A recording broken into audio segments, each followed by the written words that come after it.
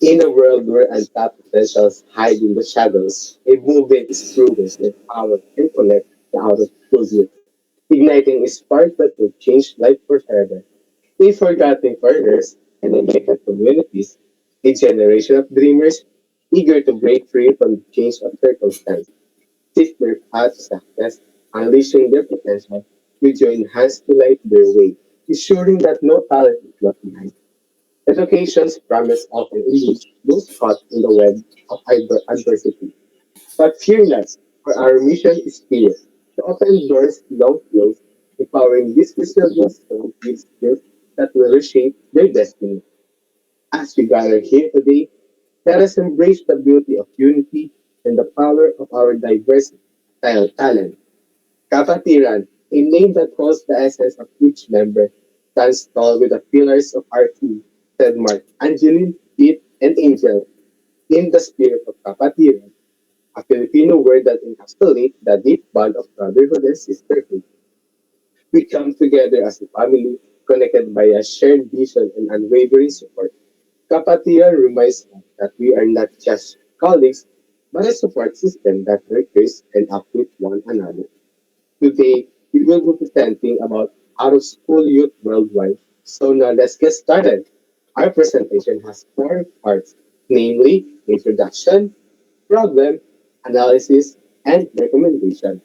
In this project, we would like to contribute on the achievement of the SDG 4, which aims to that by 2030, all girls and boys complete pre-primary and secondary schooling and eliminate gender and wealth disparity. By doing this, we would like also to contribute to the achievement of SDG 1, which aims to reduce at least half of the proportion of men and women of all ages living in the poverty of 2030. Now, let me introduce you to the out of school youth and poverty. This too is considered to be a cyclic event which has no end if neither of the two will be solved sooner. Out of school youth refers to children which ages 6 to 25 that weren't attending schools.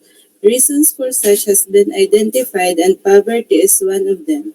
Mostly, parents cannot afford to send off their children to school, which on the latter suffer from seeking a stable job which in the future can provide for their children's need as well, thus continuing the cycle. Now we will be moving to the challenges faced by the world when it comes to educational sector. Out of school youth is a significant concern that many countries worldwide is facing, and attendance in school is considered to be a problem for 263 million children, adolescents, and young people globally. Despite significant advancement over the past 20 years. That translates to one in every five people, a number that has stayed largely constant over the past 5 years. According to UIS data for the school year that ended in 2018, there are almost 258 million children and young people who are not in school. 59 million kids are in primary school, 62 million are in lower secondary school, and 1.138 million are in upper secondary school, making up the total. It has been recorded that 103 million youth worldwide lack of basic literacy skills and more than 60% of them are female. It has been identified that one of one out of four girls are not in school. Additionally, 57 million primary-age children have been recorded to be out of school and about half of them lived in conflict-affected area. Out of many identified causes, poverty or inequity is certainly a factor, both within between the nations. The average student in low-income nation performs worse than 95% of pupils from wealthier OECD nations. This emphasizes the need for an in-depth analysis of the topic in order to provide better understanding. Now, let's move on in the analytics part. Upon analyzing the found data frame, we came up with four findings.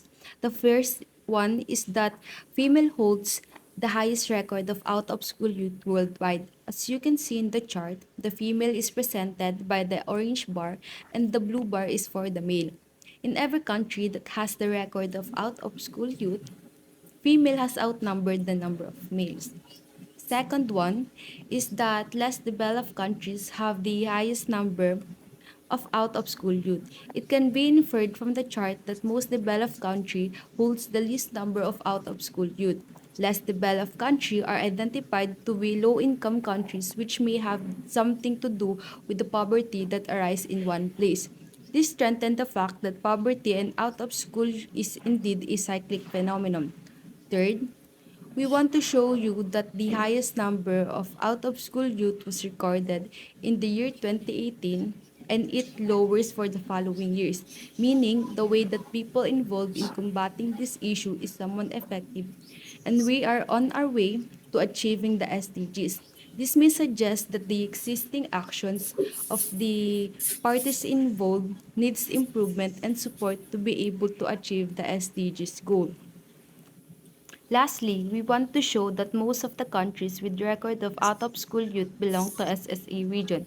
As you can see in the chart, the SSA region outnumber the other regions which suggests that countries from this region might need extra attention to respond to this issue.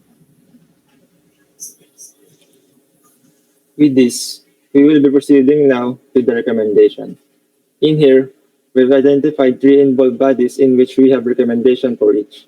First, the government. They must strengthen gender equality, conduct public awareness campaigns about the importance of education, enhance scholarship programs, strengthen policy on bullying, and administer free tuition on government-owned schools. The government or the ruling body has the greatest responsibility in resolving these issues.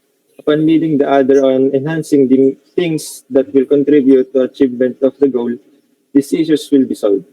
Second, to the parents. They should be the encourager and not the discourager. Spend time to talk with the children about the uh, they've encountered through the day and lecture them with the importance of education. Sometimes parents tend to be one of the reasons why children don't have the will to continue studying. Instead of uplifting them, they are pulling them down. Last, for the peers, they must always consider humanity in every action taken. Be the motivator, not the destroyer. Possess quality at all times, involve self in conducting awareness of the importance of education. And be a rule follower, not a breaker. Peers also has a contribution on student performance and to the children's and decision as they are the ones whom they encountered through each passing day, possessing goodness at all times, may hinder other, especially youths, of doing things that will not do good unto them. Together with unity and cooperation, we can combat these challenges. This wraps up our presentation. Once again, this has been Kapatid. Kapatiran. Kieran.